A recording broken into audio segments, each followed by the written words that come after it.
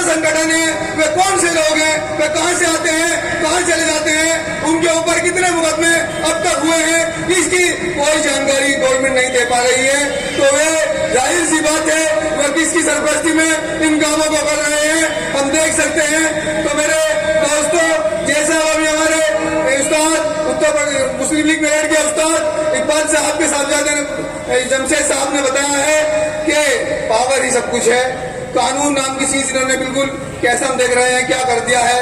मतलब हम तमाम उन वीडियो में देख रहे हैं कि फतेहपुर सीकरी के अंदर मजार के ऊपर इस तरह से हमला किया जा रहा है और पुलिस ऐसा लग रहा है कि उन्हें हटा नहीं रही, उनसे ऐसा कह रही है जिसको बच्चे लाते हैं ना उनको हटाया जाता है, बेटा हट जाओ, इस तरह की वहाँ कंडीशन दिखाई दे रही है। और यही कोई दूसरा समुदाय और वहाँ किसी और धार्मिक स्थल पे ऐसा करता तो वहाँ पुलिस हाथ से नहीं गोली से कम लेती, जैसा पिछली बार और जगहों पर ले चुकी है।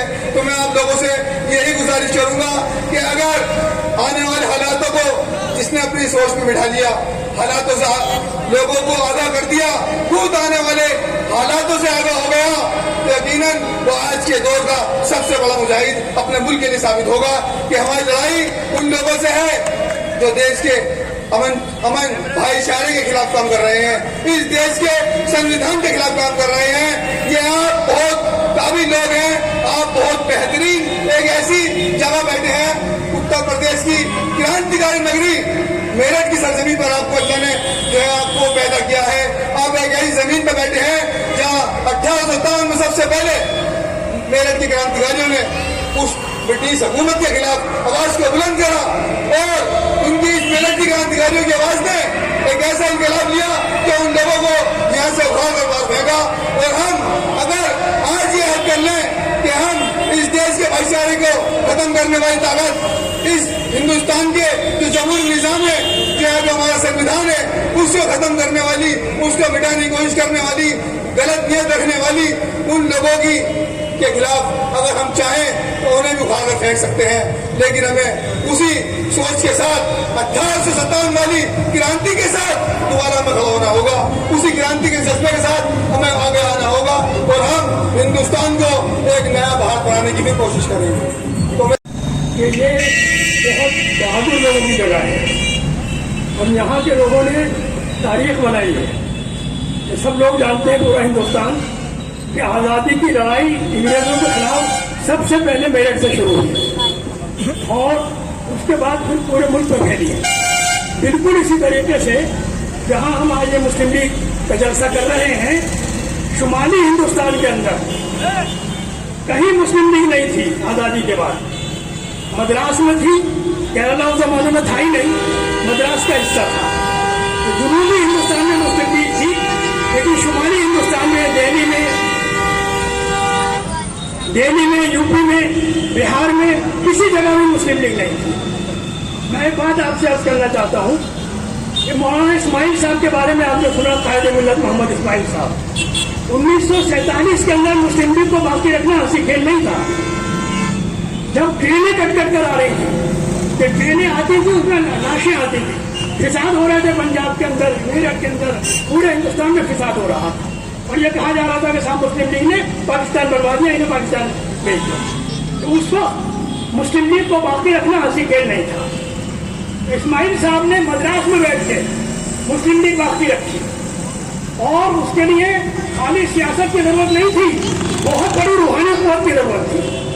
मुझे अल्हम्दुलिल्लाह उनके साथ काम करने का मौका मिला है और मेरा ख्याल है शुमाली हिंदुस्तान में अकेला आदमी हूँ जिसे कायदे मिल्लत ने अपॉइंट किया था और बाकी लोग बाद में आए।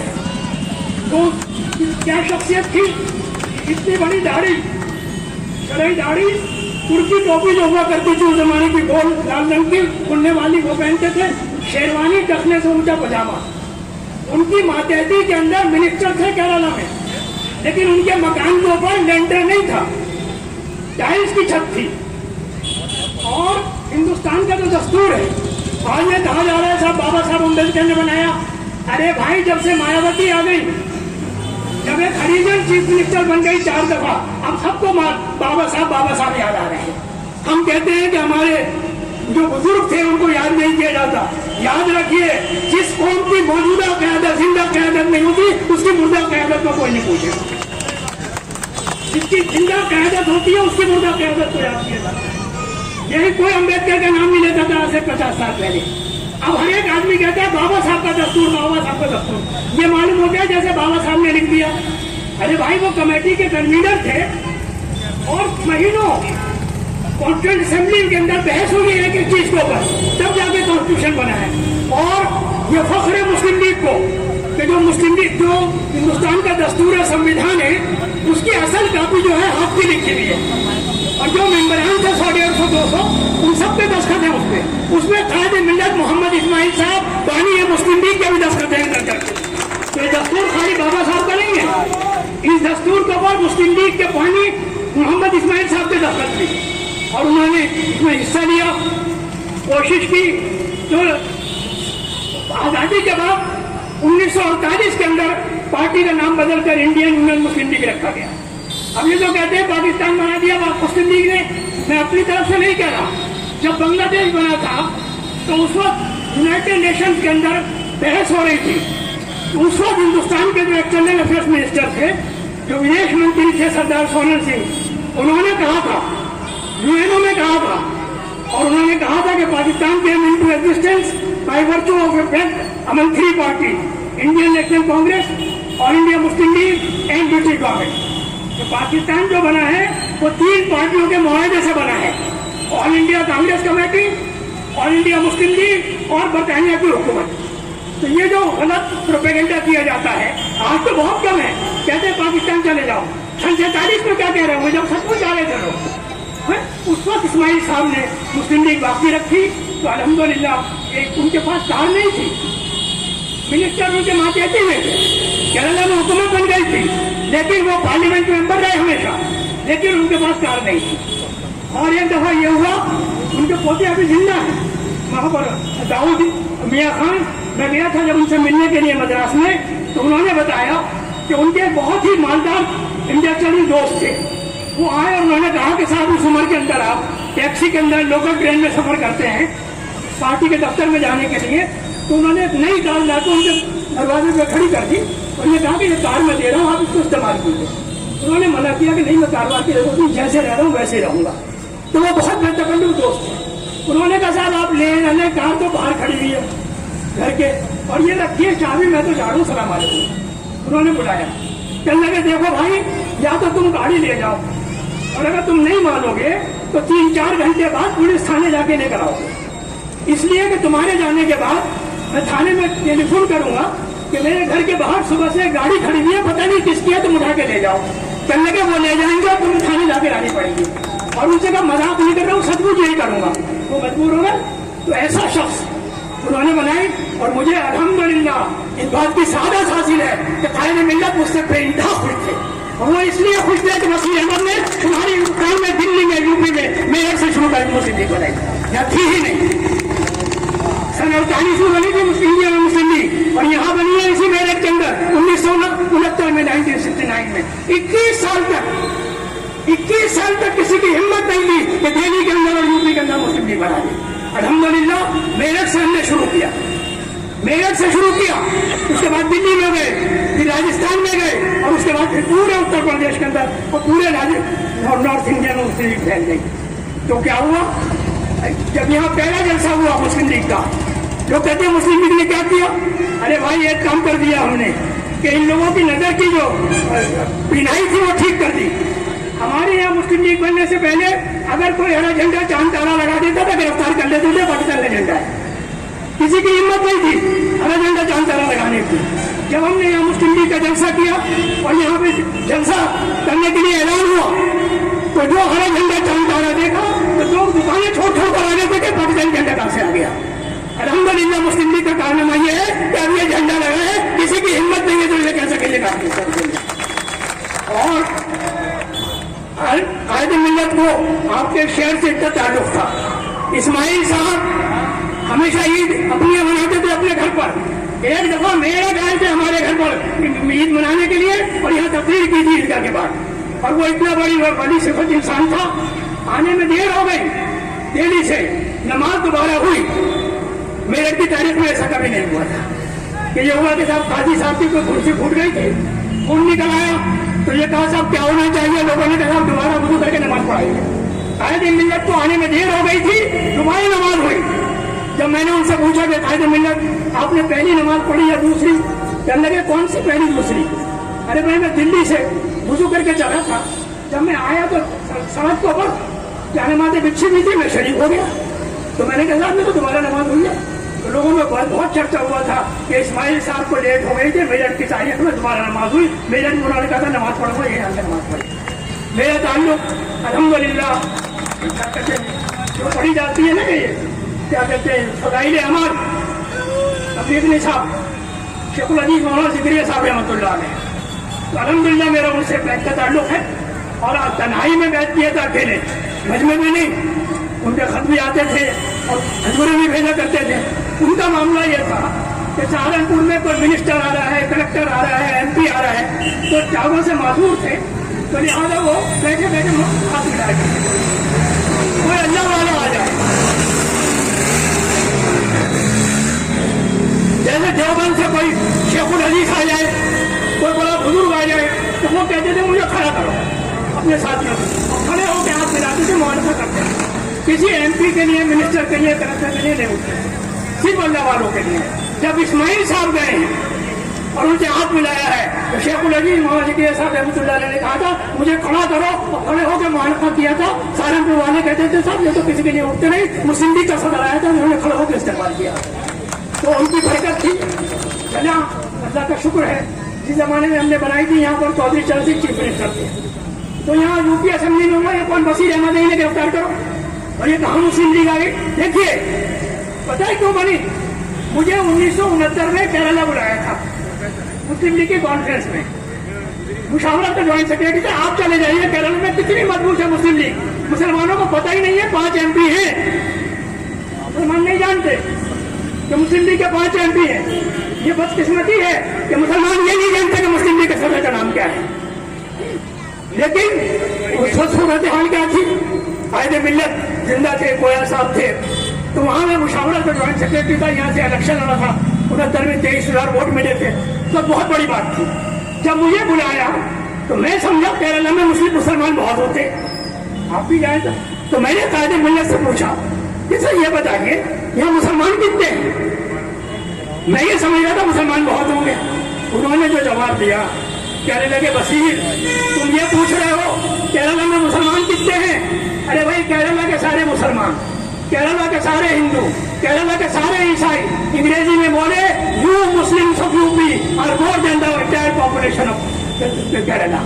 केरला में तुम उत्तर प्रदेश UP के मुसलमान केरला की पूरी आबादी से ज्यादा हो। मैं खड़ा हुआ, मैंने कहा मुस्लिम लीग बनाएंगे केरला UP में। स्टेज छोड़कर आ गए, शाबाशी दियो करे इंशाअल्लाह इंशाअल्लाह इंशाअल्लाह, अल्हम्दुलिल्लाह यहाँ बन गई। अब वो होता है हर पार्टी में ऊंच नीच होती रहती है। उस वक्त तक मैंने PhD नहीं की थी, शादी नहीं हुई थी, खाना फिरनी किसी में लगे हुए थे।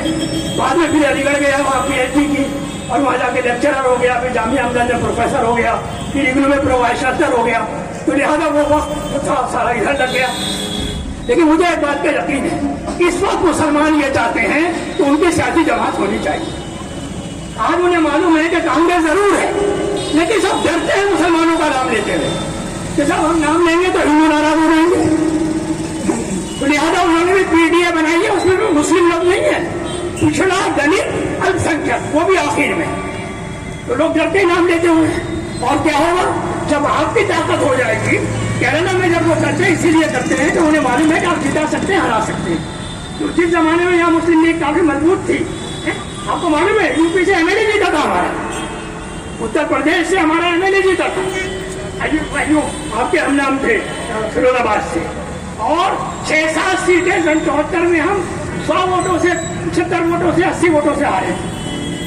मुझे हिंदुस्तान के सदर ने बुला के कहा कि तुम्हारी वजह से हम 34 सीटें हार गए।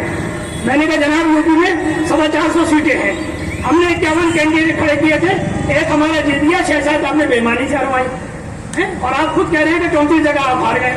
51 खड़े किए, 34 आप हार गए। अगर हम 425 टिकट देते आपकी हुकूमत ही नहीं बनती। वो वक्त था इंदिरा गांधी ने इसलिए बोला मुझसे कहा टिकट ले लो। चौधरी चरण सिंह ने मुझसे कहा तुमसे लेके आ दिया, अल्हम्दुलिल्लाह। मैंने कहा नहीं, कुछ हालात ऐसे जरूर हुआ, लोगों ने कहा आपने पार्टी बदली। मैंने कहा मैंने मस्जिदें बदली है, किसी मंदिर में नहीं गया आज तक। बहुत लोगों ने सौदे कर दिए। आरिफ मोहम्मद साहब नारे लगाने वाले थे हमारे पीछे जब मैं अलीगढ़ का सदर था। ये सब लोग टिकट दिया था राशिद अल्वी को, टिकट दिया था हुमायूं कबीर को जो बाद में मेयर बने वहाँ के आपके मुरादाबाद के। जिस दिन आप ताकत हासिल कर लोगे ना तो सब बात पाएंगे। आज मुसलमान परेशान है कि हमारी को जमात होनी चाहिए। आज उन्हें न कांग्रेस पे भरोसा है, न उन्हें क्या कहते हैं अखिलेश पे भरोसा है। हम कब तक गुलामी करते रहेंगे? पहले जवाहरलाल नेहरू, फिर उसके बाद उनकी बेटी इंदिरा गांधी, फिर उनके बेटे राजीव गांधी, फिर उनके बेटे राहुल गांधी। अब हम यही काम करते रहेंगे। पहले चौधरी चरण सिंह, फिर मुलायम सिंह, उसके बाद अखिलेश यादव। आप देखिए अभी जो सब गए थे, कौन है अखिलेश यादव? लीडर है, उनकी बीवी जो है वो लीडर है, और कौन दूसरे उनके चाचा गोपाल यादव जो है वो लीडर है, धर्मेंद्र यादव लीडर है। मुसलमान पीछे चलने वाले हैं। आज क्या अवसर किया? कोई पार्टी ये नहीं चाहती मुसलमानों के अंदर लीडरशिप पैदा हो। आपको अपने दम पे खड़ा होना होगा, और इंशाअल्लाह ताला मुझे यकीन है कि हालात बदलते हैं। ये वक्त निहायत मुनासिब है। जब ज्यादा सख्ती होती है तभी अल्लाह की रहमत आती है। कुरान मजीद की एक आयत है, मैं हाफिज तो नहीं हूँ लेकिन उसका तर्जुमा ये है, इसके एक शायर ने कहा है कि नूरे खुदा है कुफ्र की हरकत पे खंदगन, नूरे खुदा है कुफ्र की हरकत पे खंदगन, फूकों से ये चिराग बुझाया न जाएगा। और दूसरी जगह अल्लाह मेरे पास कहते हैं, जिंदे जावेद है अल्लाह वालों का गिरोह, जिंदे जावेद है अल्लाह वालों का गिरोह, उम्मत मरहूम सो सकती है मर सकती नहीं। हालात सब जरूर हैं, 1947 से ज्यादा कोई हालात नहीं है। आज हम यहाँ जलसा कर रहे हैं, मुझे बड़ा लग रहा था ये सब नौजवान थे जो जा रहे थे। अगर तुम काम करोगे तुम्हारा झंडा लेकर तुम उठ जाएंगे, दूसरों में झंडे उठा दीजिए। तो लिहाजा मैं फिर भी अर्ज करना चाहता हूँ कि मेरठ से ये चीज शुरू हुई थी। इकबाल साहब हमारा जो पुराना मकान है उसका भाई इतना ही फासला था जो सामने झंडा लग रहा है, दरवाजे के सामने उनका मकान था। तो मैं देखता था कि नौजवान आदमी हमारे जलसे में आन के बैठते, पता चला वो तो सामने ही रहते। तब वो फिर मुस्लिम लीग में आए, फिर शहर के सदर बने, फिर वो वही हमारे यहाँ फैसला हुआ था यूपी के जनरल सेक्रेटरी बने, फिर सदर बने, फिर ऑल इंडिया के नायब सदर बन गए। तो बहरहाल मैं मेरठ के लोगों को क्या कहते हैं मुबारकबाद देता हूँ कि यहाँ पे आपने जलसा किया। मुझे उम्मीद है आज भी शुमाली हिंदुस्तान में सबसे मजबूत अगर यूनिट है तो मेरठ के अंदर है, और यहीं से ये चीज चली थी और मुझे उम्मीद है कि यहीं से फिर चलेगी। और मैं अभी कानपुर गया था, वहाँ पे भी काफी लोगों में जोश खरोश है। अब कायदे मिल्लत के दफ्तर का इफ्तिताह हो रहा है और 24 तारीख को, तो मुझे खुशी है इस बात की कि आज़ादी के बाद पहली मरतबा वो ये कोशिश कर रहे हैं कि पार्टी का हेडक्वार्टर दिल्ली आ रहा है, वरना पहले मद्रास में था। हमने दिल्ली में मुस्लिम लीग का दफ्तर कायम किया था, जामा मस्जिद में झंडा लगा हुआ है, लेकिन सेंट्रल ऑफिस नहीं था, अब पहली मरतबा बन रहा है। तो बहरहाल हमारे और लोग भी बोलने वाले हैं, मैं आप सब लोग को मुबारकबाद देता हूँ। और मुझे यकीन कामिल है कि इंशाअल्लाह ताला अगर हम सब लोग मुत्तहिद और मुनज़्ज़म होंगे तो मेरठ से ये चीज़ चली थी, इंशाअल्लाह फिर चलेगी। और मैं जाहिर बात है कि मुझे ये तो नहीं है कि सब कोई जो आदमी पौधा लगाता है चाहता है कि इसके अंदर कुछ फल भी आ जाए। मुझे ख्वाहिश और अल्लाह से उम्मीद है कि अल्लाह ताला इंशाअल्लाह ताला मुस्लिम लीग को शुमाली हिंद में भी बनाएगा। देखिए इस्माइल साहब ने जो हमने यहाँ बनाई थी, उन्होंने एक बात कही थी, कहा था कि मुस्लिम लीग का वतन ये है यूपी दिल्ली। जब आपने इसे निकाल दिया था तो हमने उनको बना दी थी मद्रास में, अभी अपने वतन में आई है। उत्तर प्रदेश से ज्यादा आबादी मुसलमानों की कहीं नहीं है, सबसे ज्यादा आबादी मुसलमानों की यूपी में है। तो इंशाअल्लाह ताला उत्तर प्रदेश के अंदर भी मुस्लिम लीग मजबूत होगी। आखिर के अंदर अल्लामा इकबाल के इस शेर को अपनी बात खत्म करता हूँ। अल्लामा इकबाल फरमाते हैं कि सबक फिर पढ़, अदालत का, शुजाअत का, सदाकत का लिया जाएगा तुझसे काम, दुनिया की इमामत का। बहुत बहुत शुक्रिया।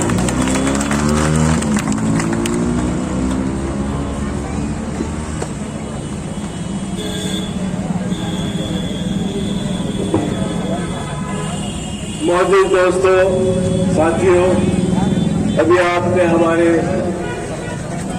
लीडर, रहनुमा, रहबर जनाब प्रोफेसर बशीर अहमद खान साहब के वो जज्बाती ख्यालात सुने जिनसे मुतासिर होना हमारे लिए लाजिम है। और हमें चाहिए कि हम आपके हर उस अंदाज को, हर उस बात को अपने अंदर पेवस्त कर लें लेकिन इस आजादी को हासिल करने के लिए जिस कौम ने, जिस संप्रदाय ने सबसे ज्यादा कुर्बानी दी वो उम्मत मुस्लिमा है।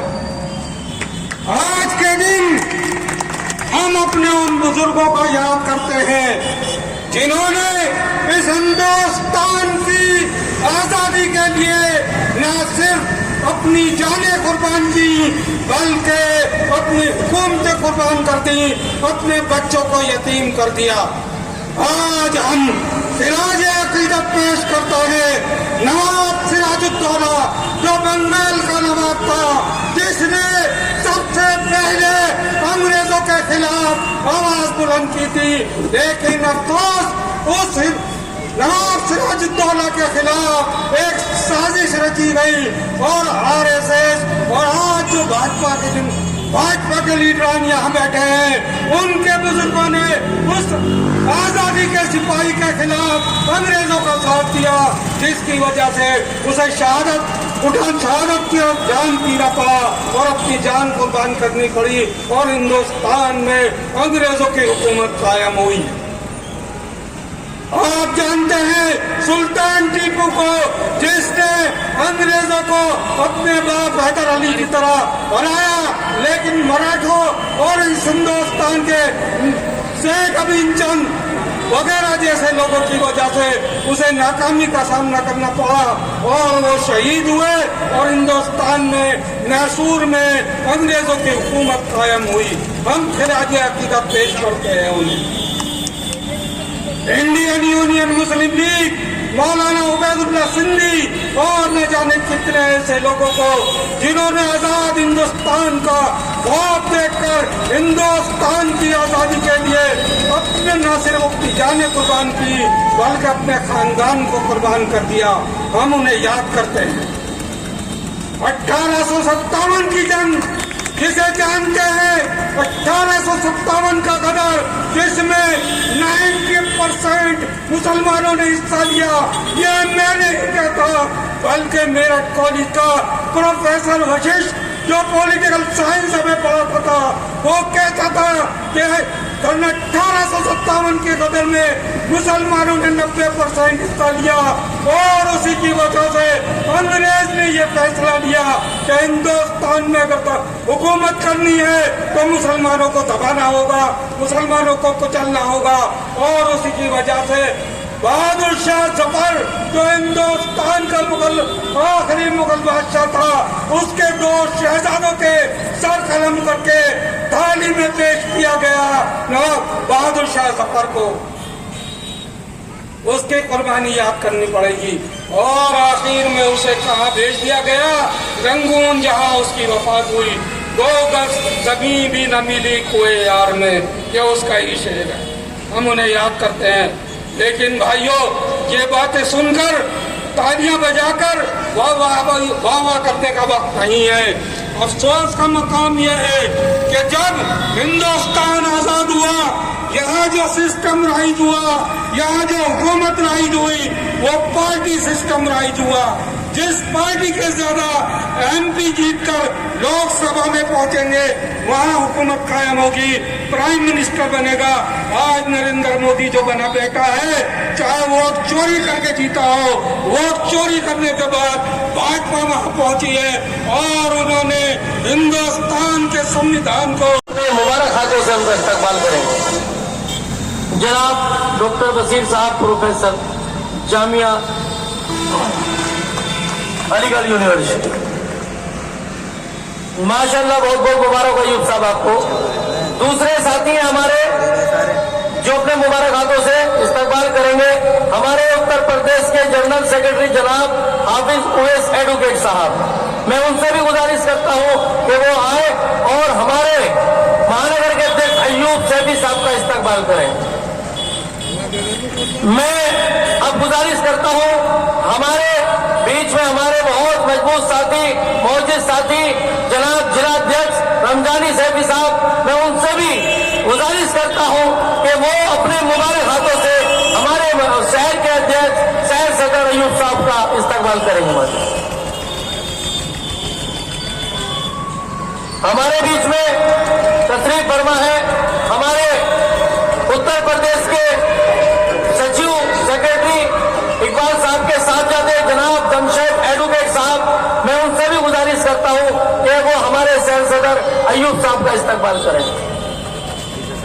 अब मैं गुजारिश करता हूं कि जो हमारे यूथ मुस्लिम लीग के जनरल सेक्रेटरी हैं जुबैर साहब, वो आए और अयूब साहब शहर सदर इंडियन यूनियन मुस्लिम लीग महानगर मेयर का इस्तकबाल करें।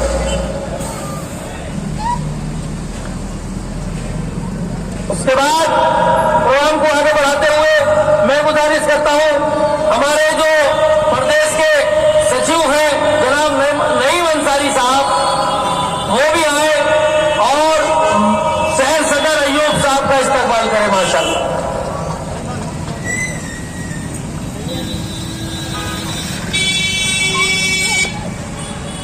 अब मैं गुजारिश करता हूं जनाब हमारे जो माशाल्लाह बहुत देर से मेहनत कर रहे हैं, मंच पे निजामत फरमा रहे हैं, आपकी इस पार्टी की खिदमत को अंजाम दे रहे हैं, हमारे पूर्व जनरल सेक्रेटरी महानगर मेरठ, मैं उनसे गुजारिश करता हूं यूसुफ खान साहब से कि वो यूसुफ साहब का इस्तकबाल करें शहर सदर मेरठ।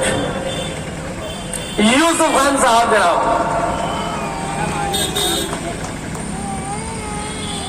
अब मैं गुजारिश करता हूं कि हमारे बीच में हमारे दिल्ली से आए, अब तो माशाल्लाह यही के निवासी है सादिक चाचा मास्टर जी, हमारा बहुत एक रूहानी ताकत है और जिम्मेदारी के साथ पार्टी की खिदमत को अंजाम दे रहे हैं। चाचा सादिक साहब से गुजारिश है कि अयूब साहब का जो मेरठ महानगर के अध्यक्ष है मुस्लिम लीग से उनका इस्तकबाल करें।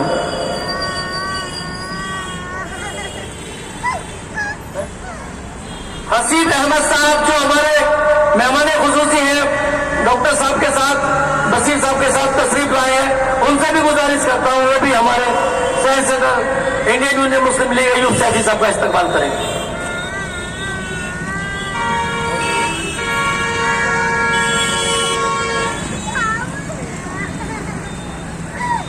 माशाल्लाह जामा मिलिया के रजिस्टर रह चुके हैं हसीब अहमद। हमारे स्वतंत्र ट्रेड यूनियन के सचिव हैं हाजी नफीस सलमानी साहब, मंच पर तशरीफ फरमा है, मैं उनसे भी गुजारिश करता हूं कि वो भी हमारे महानगर अध्यक्ष इंडियन यूनियन मुस्लिम लीग अयूब सैफी साहब का इस्तकबाल करेंगे।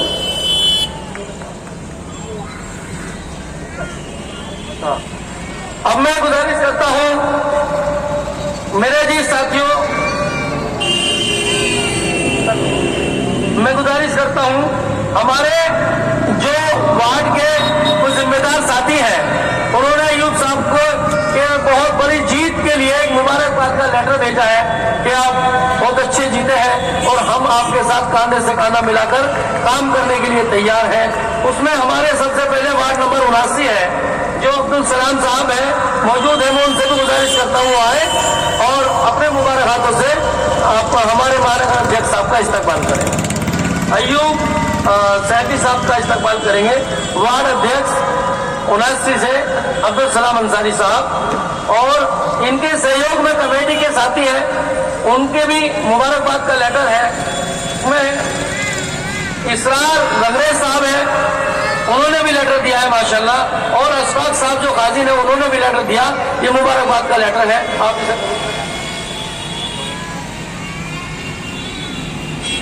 दूसरा लेटर है हमारे यहाँ माशाल्लाह नसीमुद्दीन साहब है जो वहाँ के महासचिव हैं, इमरान मलिक अध्यक्ष है वार्ड नंबर 75 से, और इमरान कोषाध्यक्ष है नसीमुद्दीन साहब मौजूद है, मैं उनसे गुजारिश करता हूँ वो आए और इस्तकबाल करें। नसीमुद्दीन साहब आप नीचे आ जाओ।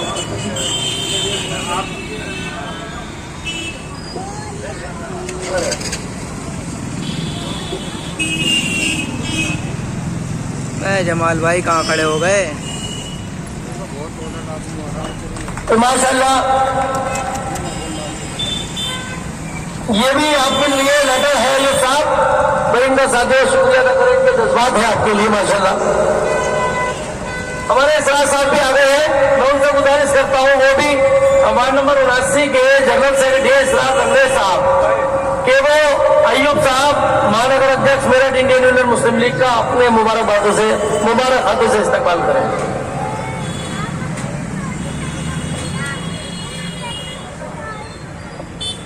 वार्ड नंबर 81 से हमारे बीच में तशरीफ रखते हैं सरफराज कस्सार साहब। मैं गुजारिश करता हूं कि आए और अपने मुबारक हाथों से सरफराज कस्सार साहब मौजूद है क्या? आगे इस्तकबाल करें माशाल्लाह हमारे शहर सदर इंडियन मुस्लिम लीग अयूब साहब का।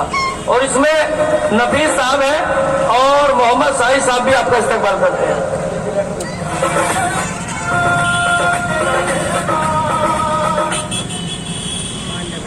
ये साथियों के जज्बात हैं और आपसे उम्मीद है कि आप इंशाअल्लाह मेरठ महानगर की टीम को पार्टी को कामयाबी की तरफ ले जाएंगे।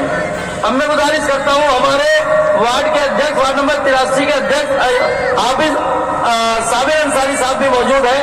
इनकी तरफ से भी आपके लिए प्यार भरा लेटर है कि उम्मीद है आपको मुबारकबाद है कि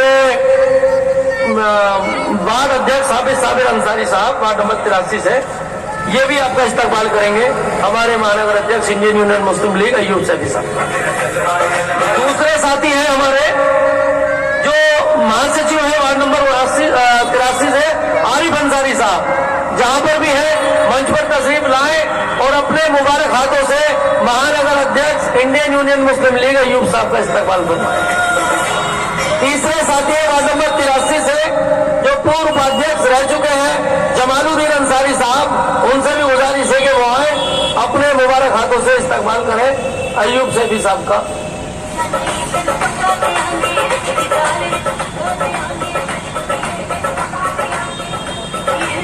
मैं गुजारिश करता हूं हमारे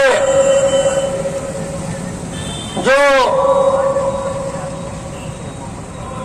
वार्ड सेक्टर के अध्यक्ष हैं जनाब शेर मोहम्मद साहब, वो भी मंच पर तशरीफ ले आए और हमारे शहर सदर इंडियन यूनियन मुस्लिम लीग अयूब साहब का इस्तकबाल करें वार्ड सेक्टर के अध्यक्ष शेर मोहम्मद साहब।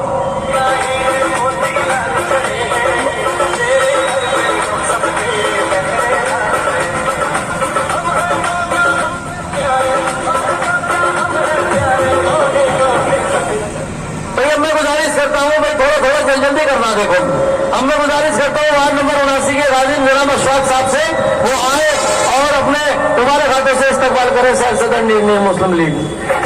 दूसरे नंबर पर मैं गुजारिश करता हूं हाजी दिलशाद साहब जो हमारे वार्ड नंबर 83 तशरीफ लाए हैं और खजांची है मुस्लिम लीग वार्ड नंबर 83 जब आए अपने मुबारक हाथों से इस्तकबाल करें। वार्ड नंबर 81 से हमारे एक मौजूद साथी और मौजूद है जनाब सलीमुद्दीन मेवाती साहब, वो भी आए और इस्तकबाल करें।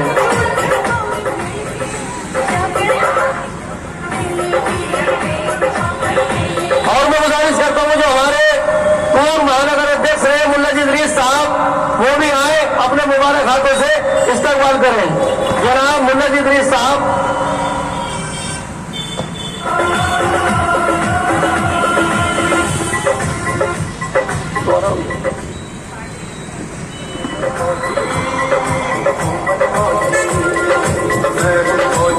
वार्ड नंबर 75 से हमारे अध्यक्ष हैं जनाब हाफिज अयूब अंसारी साहब, वो भी मंच पर आए और उनके दो साथी हैं माशाल्लाह आबिद अंसारी साहब और इरफान साहब, वो भी आपको मुबारक भरा लेकर दे रहे हैं मुबारकबाद भरा और इंशाल्लाह वो अध्यक्ष मौजूद है वो आपका इस्तकबाल करेंगे। वार्ड नंबर 77 से हाफिज अयूब अंसारी साहब।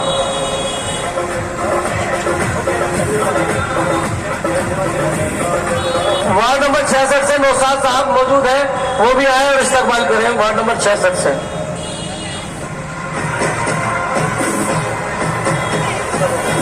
मेरे जी साथियों देखिए मुबारकबाद माशाल्लाह। मैं ये क्योंकि अब नमाज का टाइम होने जा रहा है, फिर इश्तियाक भाई हमारे बीच में तशरीफ फरमा है, मैं उनसे गुजारिश करूंगा वो आए और अपने मुबारक हाथों से इस्तकबाल करें। जनाब तुगलक सैफी साहब भी मौजूद है, मैं उनसे भी गुजारिश करता हूं। और अब हम इस प्रोग्राम को इख्तिताम की तरफ ले जा रहे हैं क्योंकि नमाज का टाइम। हजरात मोहतरम हजरात, रिजवान साहब ने तकरीबन सदी से हमारे नौमुंतखब शहर सदर जनाब अयूब सैफी साहब का खैर मकदम करा दिया, लेकिन खुद अभी इस चीज से महरूम है।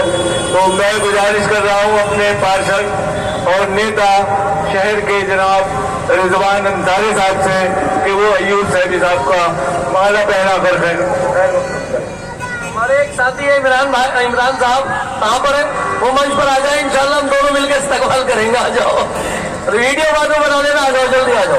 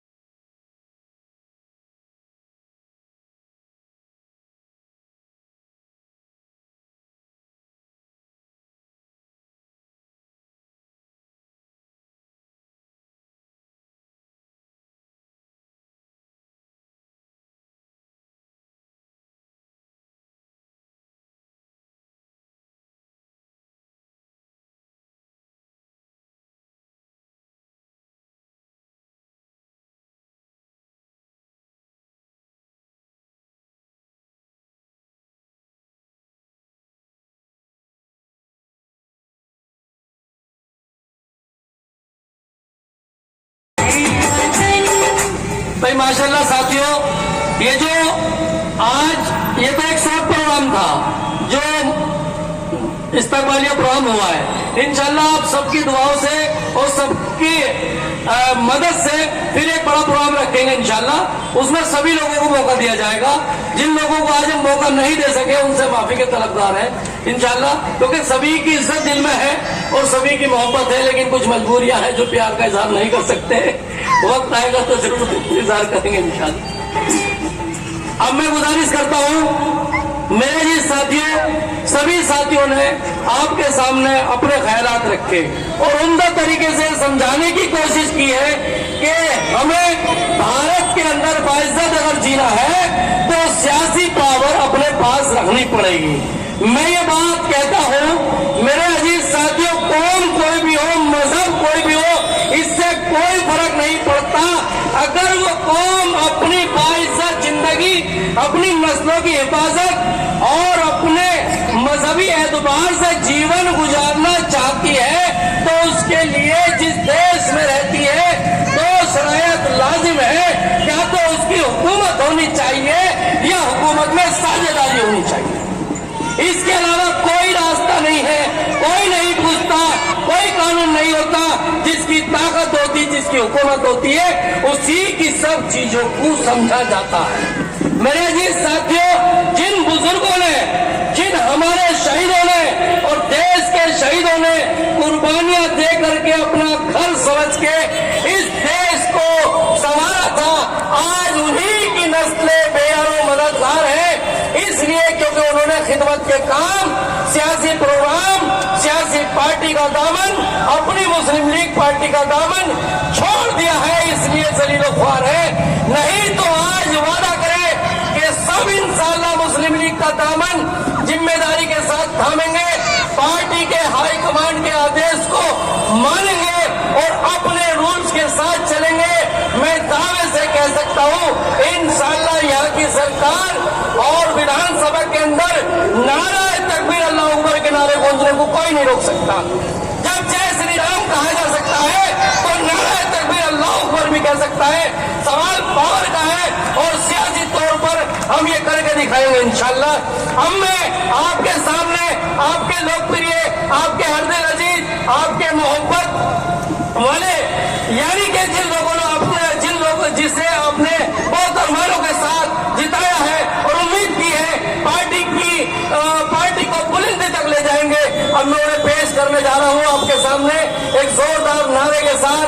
इंडियन यूनियन मुस्लिम लीग, इंडियन यूनियन मुस्लिम लीग, नारे तकबीर, हिंदुस्तान, हिंदुस्तान, अयूब सैफी, अयूब सैफी। जनाब अयूब साहब महानगर अध्यक्ष मेरठ मंच पर तशरीफ लाए और अपने मुबारक हाथों से, मुबारक जबान से साथियों का शुक्रिया अदा करें और मीटिंग को जो हमारा प्रोग्राम से इख्तिताम करें इंशाअल्लाह। जनाब अयूब साहब।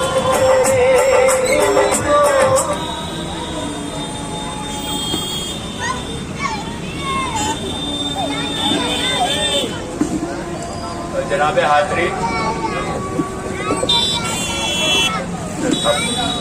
जनाब हाजरी, मैं पहले मैं आप सभी लोगों को सलाम करता हूँ। अस्सलामु अलैकुम वरहमतुल्लाहि वबरकातुहू। और मेरे प्यारे भाइयों और मेरे नौजवान साथियों, आज की ये सुबह सिर्फ एक तारीखी नहीं, ये हमारी यौम जमहूरियत की पहचान है। आज मैं आपके सामने इंडियन यूनियन मुस्लिम लीग के शहर अध्यक्ष की हैसियत से खड़ा हूँ और मुझे ये एजाज आप लोगों की वोट से मुझे हासिल हुआ, जिसका मैं आप लोगों का तहे दिल से शुक्रगुजार हूँ। मुल्क की आज़ादी के 6 माह 7 दिन बाद 10 मार्च 1948 को राजा जी हॉल में कायदे मिल्लत मौलाना इस्माइल रहमतुल्लाह अलैह ने एक पार्टी की बुनियाद रखी, जिसका मकसद मिल्लत और कौम की आवाज को सद तक पहुंचाना था। हम इंडियन यूनियन मुस्लिम लीग के लोग हमेशा इस बात का फख्र करते हैं कि हमारा योगदान भारत की आजादी और विकास में बराबरी का रहा है। हमारे पूर्वजों ने इस मुल्क को गुलामी की जंजीर से आजाद कराने में अहम भूमिका निभाई। आजादी के इस पावन पर्व पर मैं मोहम्मद अयूब ये अहद करता हूँ कि अल्लाह को हाजिर नाजिर मानकर जो कारवां मुझे मिला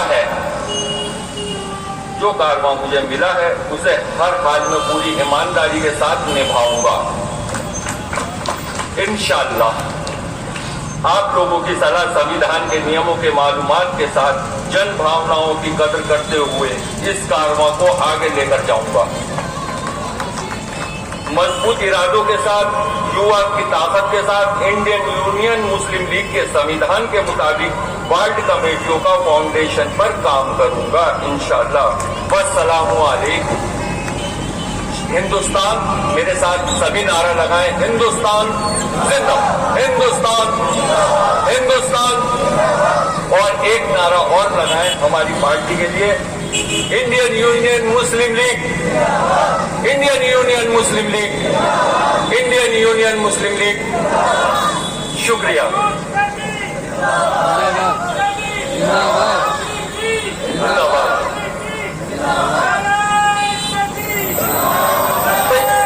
माशाअल्लाह, आपने अपनी मेहनतों की सदर अयूब सैफी साहब को खिताब करते हुए सुना और उम्मीद भी है, हमें भी उम्मीद है और आपको की भी उम्मीद है इंशाअल्लाह अब कारवां बढ़ेगा। चीजें मुझे जुड़ती हुई नजर आ रही हैं। हर तरफ माशाअल्लाह जोड़ का माहौल है, हर तरफ इंशाअल्लाह जोड़ का माहौल है, तो अब हम कामयाबी की तरफ पहुंचेंगे। अभी हमारे एक साथी आए हैं स्वतंत्रता ट्रेड यूनियन के, वो जिलाध्यक्ष है मेरठ के, तारिक सैफी साहब। इस प्रोग्राम में हम उनका भी खैर मकदम करते हैं, मुबारकबाद पेश करते हैं। मेरे जी साथियों, अब हम प्रोग्राम को पूरा हो गया माशाल्लाह हमारा प्रोग्राम, तो सभी साथियों से गुजारिश है कि चाय पी करके जाएं और सिन्नी का प्रोग्राम है, आप सिन्नी भी लेकर के जाएं। तो सभी साथियों का बैठे रहे, हमारे साथी सरफराज भाई और बाकी 2 टीम बना दो, सबको पहुंचा दो ताकि